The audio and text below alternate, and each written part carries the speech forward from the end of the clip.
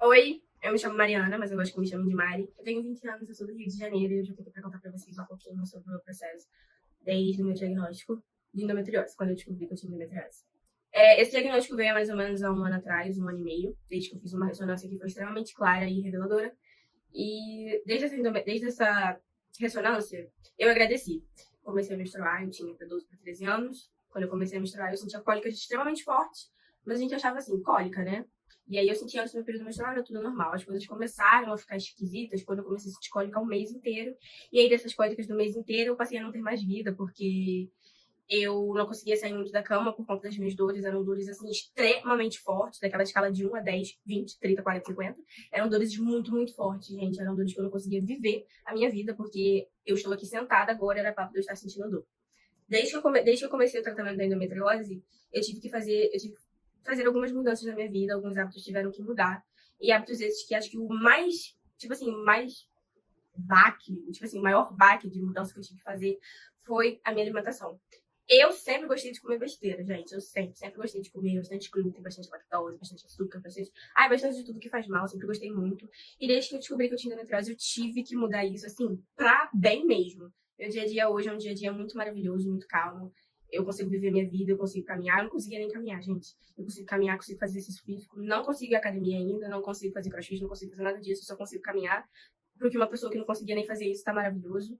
Eu ainda sinto dores, sim, mas são dores muito fracas comparadas ao que eu sentia antigamente. E as minhas disposições para tarefas, eu acho que aumentou muito. Acho não, tenho certeza, né? Eu aumento demais para poder caminhar, para poder fazer as coisas dentro de casa e para poder ir para a faculdade, ter ânimo, fazer as minhas coisas, minha disposição para tarefa aumentaram demais. Essa é a minha história, um pouquinho bem resumida de tudo que eu tive que passar. É isso, beijinhos. Meninas, ela não conseguia caminhar. Essa menina é super jovem e não conseguia caminhar. E hoje ela tá feliz. Só porque fez dieta, autogerenciamento. Não é legal? E agora eu vou falar de um tema muito legal que chama muito a atenção de vocês, que é lógico. Coloca aí pra gente supermercado e endometriose. E como falar de supermercado e endometriose, gente? Deixa eu ver se o tema tá aí. Coloca agora, por favor, produção. Essa produção é demais, viu? Coloca lá o nosso supermercado. Obrigada. Como não falar de supermercado? Você tá lá andando, eu pelo menos sou assim, eu tô andando, eu vejo um tanto de prateleira aqui. Eu olho e falo, o que eu vou pegar agora, Cacá? Pelo amor de Deus. Tem uma solução. Então, eu tenho a minha solução que eu vou trazer agora. Eu vou trazer nossa querida nutricionista, Flávia Rodrigues, focada em saúde da mulher, e ela está trazendo, olha a solução aqui. E não caiu nada, eventual, com salva de palmas. Aqui tá bom, meninos? Vocês estão enxergando bem aí? Vocês me falam, tá?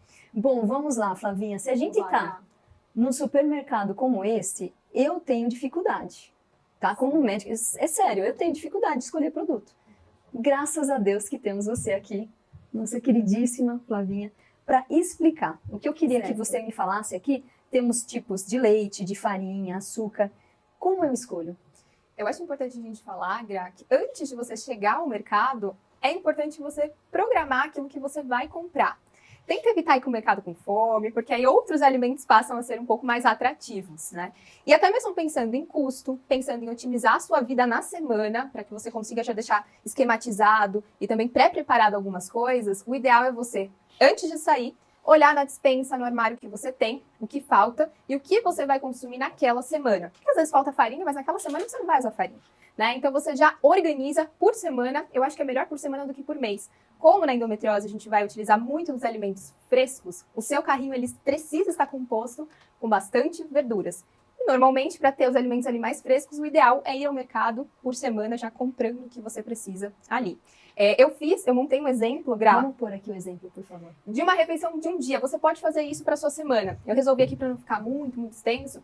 Trouxe aqui um exemplo de uma refeição para um dia, pensando no cardápio para endometriose. E aí, o que a gente precisa focar? Lembra que eu falei a respeito de trazer mais do fresco, mais das cores? Também quando você coloca na semana tudo que você vai consumir, você consegue ter essa clareza do quanto você está colocando de cor. E cor também é significado de nutriente, de antioxidante, de uma alimentação mais inflamatória. Então, quanto menos pacotinhos você tiver na alimentação, mais nutrientes e melhor você estará tratando ali a sua endometriose. É aquela frase famosa, né? Lave mais e desembale menos, é isso? É a frase? Descasque Descasque mais, mais, desembale mais. menos. Eu sou ótima.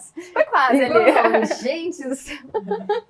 E aqui eu trouxe um exemplo, né? E aí eu falo, é importante você programar até mesmo as beliscadas. Sabe aquele momento que você sabe do dia, você vai querer petiscar uma coisinha, vai atacar ali a despensa? Então o ideal é você já organizar um lanchinho com umas castanhas, uma porçãozinha de sementes. No caso do almoço, é sempre importante você mixar. Então mixar entre saladas frias, frescas, como também mixar com legumes refogados, que aí a gente consegue ter. Quando a gente ativa, coloca ali na cocção, conseguimos ativar mais antioxidantes e no cru a gente consegue preservar mais a vitamina C e de outras vitaminas ali deste alimento. Então, o primeiro passo é você fazer isso aqui, organizar a sua semana, tudo que você for consumir, aí você vai ao mercado muito mais direcionada, vai economizar dinheiro e vai economizar tempo também, né? Daquela mulher polvo, a gente viu tanto de atividades que a mulher precisa fazer, se ela não se programa, não se organiza, muitas vezes alguma ali vai ficar um pouco pendente. Mas a alimentação, a salada, a gente fala salada bem colorida, né? Bem colorida. Então, não é só alface tomate, que todo mundo tá acostumado a só comer. Ah, eu como salada? Sim. O quê? Alface tomate. Uma folhinha, né? Meia Uma folhinha. cebola. Cebola de vez em quando. Cebolinha, né? Só para dar cebola roxinha. É, uma corzinha. que refoga conta? Se a cebola que refoga conta, eu como.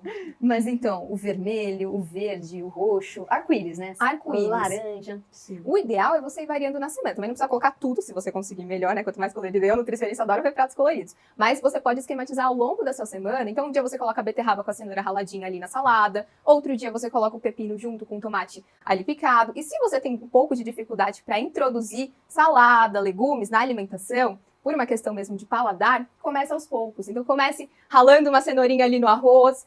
Pegue os alimentos que você goste e comece a incrementar. Pega uma receita ali de um bolo que você gosta, bate um espinafre junto, bate uma abobrinha, já é um passo. E aos pouquinhos você vai identificando por que você não gosta daquele alimento, se é textura, se é gelado, se é o que é, que cozinhou. a forma como cozinhou, o tempero que usou Exato. também, né, Cacá? Gente, espinafre no bolo.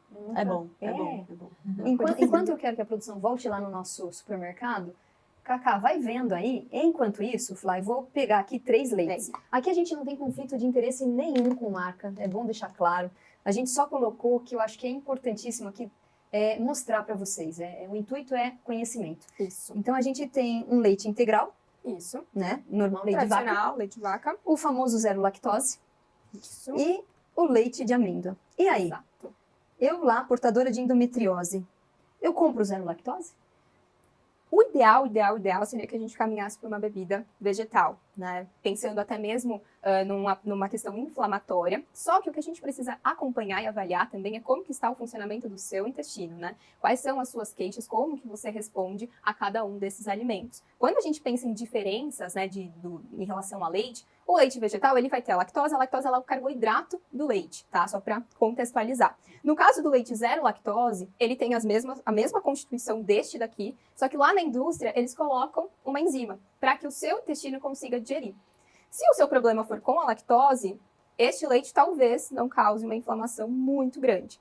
Mas, se o seu problema for com a proteína, com a fração proteica, que aí é a caseína, mesmo sendo zero lactose, você pode gerar uma resposta inflamatória. Aí, nesse caso, o ideal é você ir para um leite, uma bebida vegetal.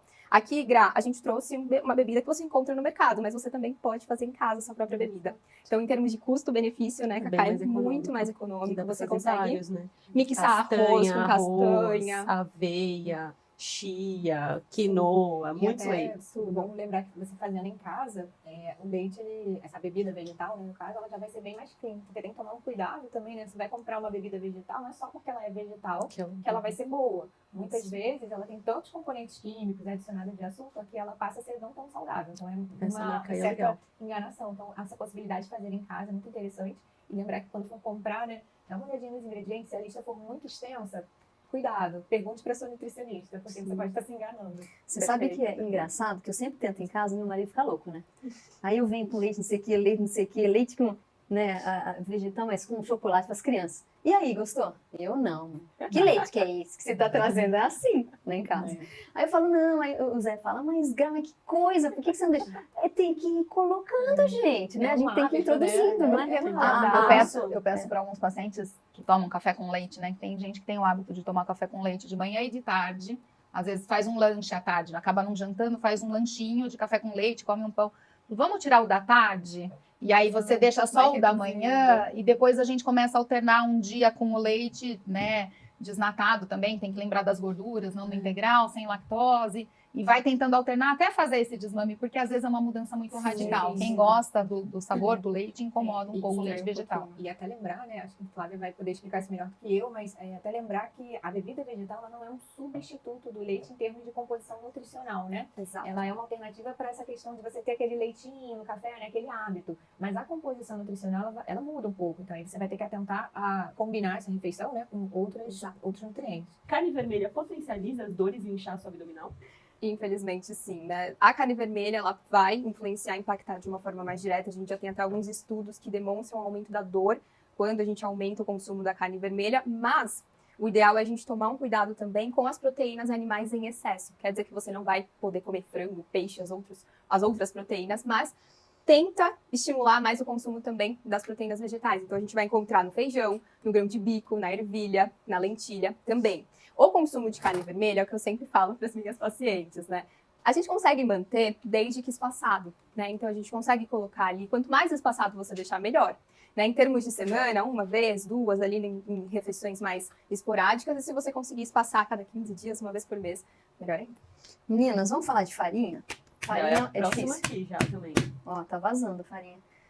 Farinha, eu não achei as outras, mas tudo bem. Vê aí, Flávia, onde que estão? Ah, Temos estão aqui. Eu trouxe 3 tipos, mas a Tá. gente comenta também das demais. Essa daqui é a farinha tradicional, do bolinho da vovó, né? O bolinho ali do fim da tarde. Eu trouxe a farinha de tapioca, também, que eu acho que é uma das mais comuns, tanto para café da manhã. E eu trouxe aqui também a farinha de aveia. E farinha tapioca é tapioca. Não tá Tapioca. escrito farinha de tapioca. Não, é tapioca. Ah, bom.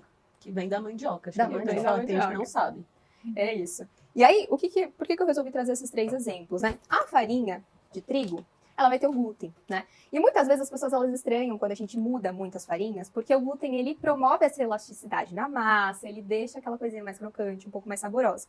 Quando você for substituir na sua casa, o ideal é você muitas vezes mixar algumas farinhas. Então, um pouquinho de aveia junto da tapioca, para trazer aquela elasticidade na massa e para compor e variar também um pouco do seu cardápio. No caso da farinha de trigo, a gente vai ter o glúten. Pensando em endometriose, a gente pode aumentar um pouco da inflamação. A farinha de tapioca, a tapioca no caso, ela tem bastante carboidrato. Também é uma farinha refinada, se a gente for pensar que não vai ter todas as fibras ali, né, da mandioca. O que a gente pode fazer é incrementar. Pensando que é uma farinha que não tem fibra, só vai ter bastante ali do carboidrato, a gente pode colocar um pouco da chia, da linhaça, na massa enquanto você prepara. Ou até mesmo um pouco da aveia. Aí colocando, fica um bolo mais fofo. É Fica isso? um bolinho mais fofo. Um bolinho mais fofinho. Olha, Fininho, crocante também, tapioca. Você Você tem ajuda a- no intestino, né? Ajuda Que a tapioca pura, para algumas pacientes, ela é muito constipante. É. As pacientes reclamam que essa mudança, quando elas deixam o pãozinho integral e começam a tentar comer a tapioca todo dia de manhã, constipa muito. Então, tem que acrescentar mais os alpistezinhos, né? Os alpidinhos de passarinho ali. Coloca mais passarinho. pra gente conseguir. E essas farinhas é uma diversidade, gente, de receitas que você pode fazer. É só realmente tem que usar a criatividade. E atrás, hoje em dia, a gente tem aí na internet, né, um monte de receitas. Só colocar no Google, Instagram, até o próprio Instagram da Flávia também, cheio de receitinhas. Então, assim, é só a gente querer. É possível fazer isso de uma forma sem sofrimento. açúcar. Vamos lá, pelo açúcar. Só tem esses dois aqui, né? Ah, não, e tem aí tem o mascavo e tem as... Cadê os adoçantes aqui? O adoçante. Acho que é Vocês legal a estão gente... filmando aqui, meninas? Tá pegando? Pegando? Nessa disposição que você deixou, Gra, tá ótimo, porque a gente consegue ver as fases do processamento do açúcar, né? Então, a gente tem o açúcar. Você viu que eu fiz de propósito? Já deixou ele organizado. Então, a gente já tem aqui o açúcar mascavo, né? Que, em termos de grau de processamento, comparado com o refinado, é o açúcar mais puro, digamos assim. Na cana, ela ainda tem um pouco das vitaminas, dos nutrientes, só que é um ponto que eu estava até conversando com a Bru antes da gente entrar aqui. Quando a gente vai buscar nutrientes, dificilmente a gente vai até o açúcar para, né, avaliar isso. Então, esse parâmetro a gente deixa meio que, né, de lado. Pensando em açúcar, açúcar é tudo igual. O que a gente precisa pensar mesmo é na quantidade que você for inserir. Esse vai ser a receita, a cereja do bolo. Em relação ao açúcar mascavo, comparado com o demerara ele já passou por um processo a mais, mas mesmo assim ele já é um pouco melhor do que o refinado, porque o refinado a gente vai ter alguns aditivos químicos para que esse açúcar ele fique nessa consistência e branquinho, clarinho, deste jeito. Então, E o cristal aqui é no meio disso aqui, onde tá meu dedão. isso, o cristal ele entra aqui no intermédio dos dois. E aí, muitas pessoas pensam, bom, eu vou tirar o açúcar e eu vou introduzir o adoçante, né? E aí, em termos de adoçante, nós temos esse daqui, se não me engano é um xilitol, que é um poliol, ele é um adoçante natural, mas a gente precisa também tomar um pouquinho de cuidado. Xilitol, eritritol, maltitol são da classe de adoçantes naturais, mas em algumas mulheres pode provocar um pouquinho de fermentação. a nível intestinal. Então tem que também avaliar quantidade e observar também o seu próprio corpo, como que ele vai responder. Mas mesmo sendo adoçante, nós vamos ter estímulo de insulina. Então, por mais que ele não tenha caloria, ele pode sim estimular a insulina, porque o nosso corpo ele é muito inteligente. Chegou doce ali, ele já vai se preparar para captar e receber esse doce. Então, E esse é o xilitol. esse é o né? xilitol. E aí, então, o stevia também dá distensão, ou não? A stevia não. Stevia e talmatina, eu acabei falando, esse aqui é Stevia e talmatina, então. stevia e Se for. talmatina. Eles são adoçantes naturais, mas não fermentam também. E até, só mais uma observação, o adoçante, o uso prolongado também, excessivo de adoçante, mesmo esses que a gente falou que são mais naturais, né? Mesmo stevia, ele pode alterar a sua flora intestinal. E aí você pode piorar o desequilíbrio da flora intestinal também pelo uso excessivo. Então, ok, podemos usar adoçante, vamos substituir, mas também não é para colocar adoçante em tudo, né? Que aí prejudica bastante o intestino. E na minha área, como gastro, é uma das principais causas de diarreia. Olha só. Também dá bastante diarreia e a gente tem que suspender o adoçante que se coloca lá no café com leite, no cafezinho, e o adoçante que vem nas bebidas gaseificadas, tipo, né? Refrigerante. Os refrigerantes, o pessoal tem tomado uma que tem um nome de água, né? Mas não é água, tem aguinha com sabor. E ele minha mãe, tem, eu tomo. Mãe, ele tem mãe. esse adoçante, isso dá diarreia em algumas pacientes. Lembrar também que as pacientes mais diarreicas têm que suspender todos os adoçantes, inclusive dessas bebidas gaseificadas com sabor. A desde soja, se ele é indicado ou não, como leite Leite, vegetal. né? Isso. Eu como eu não tô com a composição dele, eu vou falar por cima do que eu já vi. Eles acabam inserindo um pouco do açúcar. Não tem o nome do açúcar propriamente dito, mas às vezes está como maltodestrina, extrato de malte, xarope de glucose, tudo isso a gente precisa olhar. Então, olha os ingredientes desse leite que você tem aí e avalia para ver se é só bebida à base de soja ou se não. E até mesmo as bebidas à base de soja, eu aconselho um consumo bem moderado. Isso que eu ia perguntar, porque falar porque soja alimenta endometriose, o fitoestrógeno, então acho que é legal falar sobre isso também, que não precisa ter medo da comida, né? Isso, Mas ter consciência daquilo que você está ingerindo, ler o rótulo do que você consome, enfim. perfeito. Mas eu, como portadora de endometriose, eu não consumo leite de soja, assim. É isso que você falou, é super importante, Cacá, do fitoestrógeno, né? Sim. Poderia alimentar os focos. Então, realmente não é uma bebida que a gente aconselha muito. Né? Então vamos lá, eu tô com uma TPM ferrada, entendeu? Que eu tô louca por doce, tenho certeza que você fica também, né? Posso adoçar com mel? O que então eu posso vai, usar vai. no lugar do açúcar? Diga Acho que enquanto entra a gente nesse lugar. já aí. entra nesse. Tudo vai depender do contexto, né? Então, se for um bolo, uma preparação, a gente consegue inserir um pouquinho do mel, mas sempre também com moderação, porque até mesmo esse bolo, quando você for consumir, a gente consegue incluir no contexto que fique equilibrado, né? Dependendo da composição. O que a gente pode explorar bastante é o uso das próprias frutas, então adoçar com banana, com um pouquinho de ameixa, um pouquinho das tâmaras, né? Maçã Também. também, né? O Uva suco da passa. maçã mesmo. O suco da própria maçã para o preparo de bolos, Exato. tortas. Então a gente consegue explorar mais desse lado do que do açúcar, que muitas vezes a gente acaba perdendo um pouco mais. E as frutas a gente consegue otimizar com as fibras, a gente consegue otimizar também com os nutrientes. Sabe que eu falo uma coisa que eu vi até de uma paciente ontem. Ela falou, doutora, minha vida mudou. Assim, realmente a gente sabe, através do autogerenciamento, da gente controlar a nossa dieta, 50% da tua dor, ela vai embora. Até mais, ouso dizer, até mais. E aí, o que é? Porque a gente tem diversas bolachas aqui. Tem os chocolatinhos também que eu trouxe. Vamos mostrando chocolates, Nós temos bolachinha integral. bolachinha. Às vezes, principalmente no meio da tarde, eu vou tomar um cafezinho, vou pegar um chazinho, vai, abre o pote, pega um biscoitinho também, uma bolachinha, né? Recheada. Tem as bolachas recheadas. E aí o que acontece? Muitas pessoas, falando um pouco das bolachas, elas estão nessa daqui que são recheadas e elas vão para o quê? Para uma que seja integral. Será que é uma boa troca? E aí muitas vezes elas acabam utilizando a mesma quantidade, né? Então eu comia 5 dessas aqui, eu vou comer 5 dessas que é integral, e fitness vai me fazer bem. Só que quando a gente compara o teor de açúcar, muitas vezes é muito similar. Então pode ter uns tracinhos de aveia até aqui, mas não vai ser isso, né, que vai fazer com que esse produto ele fique melhor. Então, tente evitar esses biscoitinhos, bolachinhas. E no caso da TPM, Gra, que você comentou, a gente pode caminhar para um chocolatinho, que vai ter uma composição melhor. Claro que o consumo com moderação. Tentar um chocolate que tem um teor de cacau um pouquinho aumentado. Quando a gente... Quanto aí de teor de cacau? Esse é 70%. É o mínimo que eu posso pegar. Você pode começar uma transição. Então, se antes você estava nesse daqui que é o ao leite, vai para um 40%, depois vai para um 60%, até você chegar no 70%. E aos pouquinhos você vai adaptando o seu paladar. Porque se você está adaptada a usar esse chocolate, quer consumir esse chocolate, talvez você estranhe para esse. Então, o ideal é você fazer essa transição de uma maneira gradual. Bom, pensando em frutas, a gente tem até uma recomendação da Organização Mundial da Saúde que preconiza o consumo de até 5 porções de fruta. O ideal, né? 5 porções de frutas por dia. Você não precisa pegar 5 frutas e colocar tudo num suco, bater tudo junto e consumir. A gente pode distribuir essas porções de frutas ao longo do seu dia. Então, pela manhã, você pode colocar um suco. Como no suco já vai ter uma porção de fruta, seja um suco verde que você bate um abacaxi, bate um limão, bate um gengibre, você já tem uma porção de frutas bem interessante ali. Você não precisa colocar uma fruta à parte, dependendo do seu caso, para acompanhar. Você pode utilizar como uma porção de frutas o seu suco. Deixa essa frutinha para o meio da manhã, para o consumo junto de umas castanhas, umas sementes, ou pode colocar uma banana, principalmente agora na TPM, faz uma receitinha de bolo de caneca, com aveia, com um quadradinho de chocolate também. Então a gente pode pegar essas frutas e distribuir ao longo do dia, você não precisa colocá-las todas de uma vez só. Então, sem medo de comer fruta. E é muito questão da quantidade, né? Também, daí o paciente fala, poxa, mas eu queria comer uma manguinha de sobremesa. Você pode comer, desde que você não coma a manga inteira, né? Então, você comer uma porção, assim, bem definida ali, geralmente a nutricionista, quando monta o seu cardápio, ela já coloca em gramas, isso daí não tem problema, né? Do café, agora. Vamos lá. Em relação a café, o que a gente tem aqui? Eu trouxe 2 tipos de cafés. Eu trouxe o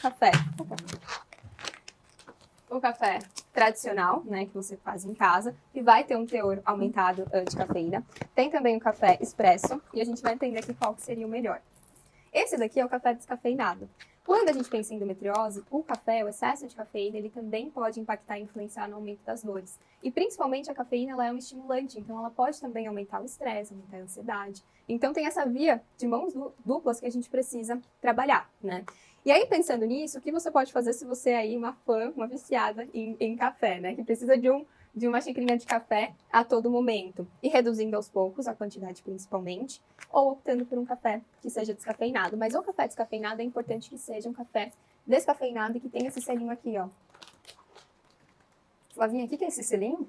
Esse selinho, ele garante que a extração da cafeína desse café foi à base de água, não foi à base de solventes químicos. Então, muitas vezes, quando a gente compra um café descafeinado tradicional, a gente extrai a cafeína e troca por químicos. Então, o ideal é se atentar a isso. Tá? É uma dúvida que eu acho bem frequente também. Quantidade de cafeína no expresso, no filtrado. Quanto de diferença? Muitas vezes a pessoa evita só o expresso porque acha que tem muito mais cafeína, né? Mas nem sempre é assim. Acho que é uma dúvida também bem comum. Explica pra gente também. Em relação Também quero saber mais. à cafeína. A Paty também fala bastante do café no intestino. Em relação à cafeína, ela é uma substância que ela é solvente em água. Então, quanto mais simples o café ele ficar em contato com a água, maior a liberação dessa cafeína. Então, muitas vezes, dependendo de como você prepara e quanto você coloca de pó no seu café coado, pode ser que ele tenha mais cafeína do que a sua dose de cafezinho expresso. Em contrapartida, um ponto que a gente precisa se atentar também é a composição das cápsulas dos cafés, né? Que tem ali o excesso de alumínio. Acho que a Bru pode até comentar um pouco mais sobre o impacto do alumínio também no nosso corpo, como efeito de disruptor endócrino. Exato, isso sobrecarrega nossas vias, né, de detoxificação. E isso também, o excesso das toxinas, como a gente já mencionou aí em outros momentos, sempre aumenta um pouco a inflamação que está presente no seu organismo, tá? E o alumínio é um metal que ele é super difícil da gente conseguir eliminar. Então, realmente é algo que a gente tem que ficar bem atento para tentar reduzir a nossa exposição. Não tem problema tomar um cafezinho expresso de vez em quando. A questão é aquelas pessoas que tomam às vezes 7 cafés expressos com essa cápsula por dia. Isso acaba provocando um acúmulo de alumínio também no seu organismo. E assim, a gente fala, né, da dieta, mas eu deixo muito claro até para as meninas assim, tudo que é restrito demais não é autossustentável. Então, às vezes, é importante você fazer as escolhas e ir tateando. Lógico, o café eu sou viciada. Você não vai tomar as 8 xícaras. Vamos para uma? Vamos para 2? Tá suficiente, é isso que a gente quer. E não toda hora pegar e tomar um cafezinho. Tem paciente que parece fumante, né? Vou ali tomar um cafezinho, é mais para dar um break no trabalho, ainda mais agora o pessoal ficou em home por causa da pandemia. Aumentou muito o consumo de café por causa disso. Eu vou ali dar um tempinho, tomo um café e volto. Vai ali tomar um café. Né? Que tá aquele café horas dentro daquela garrafa e você vai tomando aquele café. Vai e volta tomando café. E aí a gente negocia para introduzir um chazinho, introduzir outras coisas. Vai tomar água, né? Tem gente que não toma água o dia todo. Toma café, né? Vai lá, toma uma água e volta. Chazinhos, então vamos já responder essa e aí a gente já fala do chás. Em relação ao chimarrão e ao chá preto, são chás que apresentam um teor elevado de cafeína, então o consumo precisa ser com atenção. E o chás, quando a gente prepara, a gente consegue deixar ele pronto depois da infusão até 24 horas na geladeira armazenado, que a gente consegue ainda garantir que vão ser todos os antioxidantes ali. Então, quanto mais você deixa esse café ali ou com as próprias ervas, ou o chá com as próprias ervas, maior a liberação, maior a quantidade de cafeína. O ideal seria que você fosse para um chá e tivesse esse papel antioxidante e não tivesse a cafeína. Então a Gra tá segurando aqui, a gente tem o de capim-cidreira, o de camomila também. Esse aqui do lado é um dos exemplos que a gente tem de chá preto. Então olhe sempre a composição, porque às vezes o chá preto, a erva, ela está no meio do blend do chá. Então é importante a gente se atentar. E aqui eu trouxe também para vocês 2 tipos de chás muito conhecidos na endometriose, acho que a Cacá conhece bem também, que é o chá de uxi amarelo e unha de gato, que você pode inserir na sua rotina. O ideal é que os chás, você sempre opte por chás assim, das próprias cascas, ervas e folhas, exato. raízes. Eu costumo dizer que aquele é um facilitador, para quem não tem o costume de ter o chá na rotina, não quer levar as ervinhas para fazer em algum lugar, leva o de saquinho, porque você sabe que água quente você consegue em algum lugar, assim, sabe? Perfeito. Mas um infusor para você fazer, às vezes é mais difícil. Então, eu indico que use. Não tem um hábito, toma do saquinho mesmo. Vai do saquinho. Vai mudando seu paladar, sabe? Que é um processo, né? Exato. Perfeito. A gente vai facilitando ao máximo também, né? E tem outros tantos chás, né? Chá de orégano, que dá pra gente tomar em casa. Ele seco ou ele in natura. Chá de artemisia, que é excelente pro útero. Principalmente para quem tem endometriose. Canela, gengibre. Chá de gengibre maravilhoso, mulungu, para dormir, relaxar. Então tem muitas ervas que a gente pode usar a nosso favor, não só para quem tem endometriose, mas para qualidade de vida mesmo. Antes de ir ao mercado, faça a sua listinha. Já programa. Para não comprar demais, porque as coisas estão caras, gente. Né? E aí, fazer esse planejamento, ele te dá a economia financeira, evita desperdício de alimento, você não vai louca pro mercado com fome querendo pegar tudo, porque eu acho que dentro da endometriose, quando você fala, existe uma dieta que pode ajudar a endometriose. Comigo foi assim, eu peguei tudo, aí eu fui um dia, comprei absolutamente tudo, eu cheguei em casa e falei, meu Deus, o que eu faço com isso agora?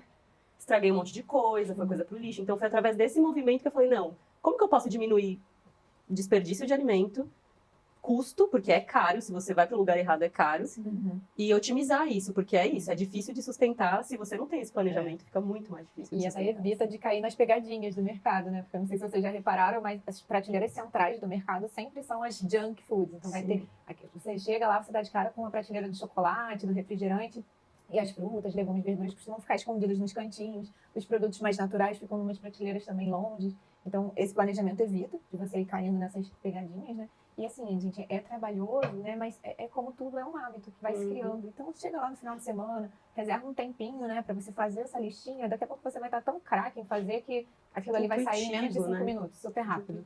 É bem legal. Tudo que é restrito demais não funciona, realmente. A gente falou muito aqui de coisas que a gente deve excluir, né? Então, a pessoa às vezes fica desesperada, achando que, nossa, não consigo comer essas coisas e não se abre a essas novas possibilidades, é um mundo novo, né? A Cacá sabe disso, quantas receitas maravilhosas que a gente pode fazer. É só a gente também conhecer esse mundo novo e desconstruir um pouco aquela imagem de que se alimentar é só uma fonte de prazer. Não é isso. A fonte de prazer, se a gente estiver equilibrada, a fonte de prazer tem que ser outras também, e pode ser de vez em quando a comida, mas o comer tem que ser mais para se nutrir, para manter o seu corpo saudável do que sempre como fonte de prazer. E ao longo do processo, quando você vai desenvolvendo esse gosto pelos alimentos saudáveis, isso vai acontecer, tá? Não duvidem disso. Você vai pensar, nossa, aquilo ali me fez tão bem. Você vai mudar a imagem daquele alimento. Que antes você torcia o nariz, você vai pensar que, nossa, essa alimentação boa tá me fazendo tão bem, eu tô me sentindo sem dor, tô me sentindo aqui tão livre, tão feliz, que você vai associar aquele novo alimento também a uma sensação de bem-estar. E aí pode, não tem problema nenhum fazer isso. Eu tô com uma dieta, eu vou ter um aniversário. Tudo bem ir para o aniversário comer alguma coisinha. Não pode comer 10 coxinhas, né? Acho que isso tudo é você tateando. Lógico que se essa coxinha que você comeu te distender, você vai lembrar dela e você vai ter certeza que você não vai comer mais. Por isso que eu não como mais, porque eu tentava, mas toda vez dava ruim, eu falei, vou parar. A gente para e tá tudo bem. E olha a variedade que tem. Então não é tão restrita assim. E lembra, o restritivo extremo não sustenta. Você vai tateando, você vai falando. Tá? Autogerenciamento sempre. É importante, porque, assim, só um adendo, a questão da restrição pode desencadear de transtorno alimentar. Às vezes já tem um transtorno alimentar mascarado, então não precisa ser uma dieta restritiva, precisa ser uma dieta que vai funcionar para você, uma alimentação que vai funcionar para você, sabe? Então, e o que ela falou de ter os espaços dos escapes na sua alimentação, tipo, ter um momento para você comer um chocolatinho, porque aí você não fica se privando, você não entra naquele movimento. Eu falo porque eu tive transtorno alimentar, né? Então, é muito difícil você ver uma dieta restritiva e falar, puta, eu não posso comer nada. Pra onde eu tô hoje, eu olho e falo, cara, dá pra fazer, só precisa do suporte certo e de estar empenhada, né? De saber que os benefícios que a alimentação traz são muito maiores do que as restrições te tiram, sabe? Eu acho que esse é o pensamento que vai sendo construído no processo. E aí a orientação, né, por isso que a gente fala da Nutri, de saber fazer as Exato. trocas. Porque sem uma Nutri para você fazer as Exato. trocas, você realmente fica perdida naquele cenário do supermercado, né? Que a gente fala, tira o pão, tira o leite, tira o eu vou café, comer o como quê? que... Como que é, doutora, né? É. Eu vou fazer o quê em Só pra casa nós. agora? Eu só comia miojo, não é? A gente tem paciente que comia miojo. Ave Maria. Né?